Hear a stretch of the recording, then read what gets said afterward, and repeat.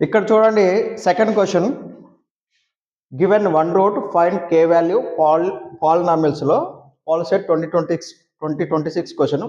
చూడండి question number 2 చూడండి, for what value of k అంటే కే వాల్యూని ఎంత చెప్పమంటున్నాడు, కే వాల్యూ ఎంత చెప్పమంటున్నాడు. ఇక్కడ ఇంకా స్పష్టంగా ఏమి ఇచ్చారు చెప్పండి.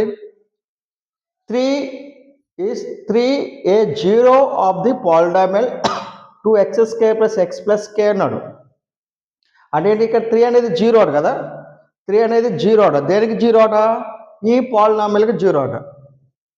మరి 3 అనేది జీరో అయితే ఆ పాలినామిల్కి ఫార్ములా ఎలా ఉంటుంది చెప్పండి, ఎలా ఉంటుంది ఫార్ములా? 3 అనేది జీరో అటమ్మా పాలినామిల్కి.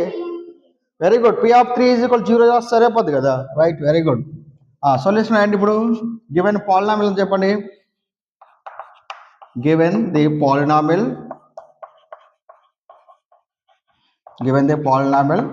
P of x = 2x² + x + k.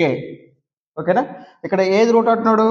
3 is a zero of given polynomial. So దర్ ఫోర్ ఏమవుతుంది చెప్పండి, P of 3 = 0 అవుతుంది.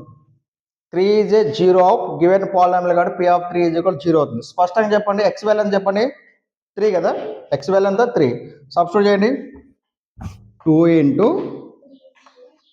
3 హోల్ స్క్వేర్ ప్లస్ ఎక్స్ అంటే అంతా 3 + k విచ్ ఈజ్ ఈక్వల్ అంతా 0. 2 × 3² అంటే ఎంతమ్మా 9 + 3 + k = 0.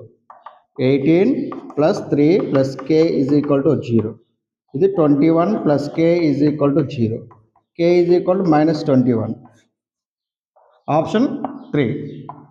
ఓకేనా? ఏది జీరో అయితే అది P of 0 అవుతుంది. ఆల్ఫా 0 అయితే P of α = 0 అవుతుంది. ఓకేనా? చూడండి మళ్ళీ ఒకసారి చెప్తాను. ఆల్ఫా అనేది 0 అయితే ఏమవుతుంది చెప్పండి, P of α = 0 అవుతుంది లేదా? రాసుకుంటున్నారు.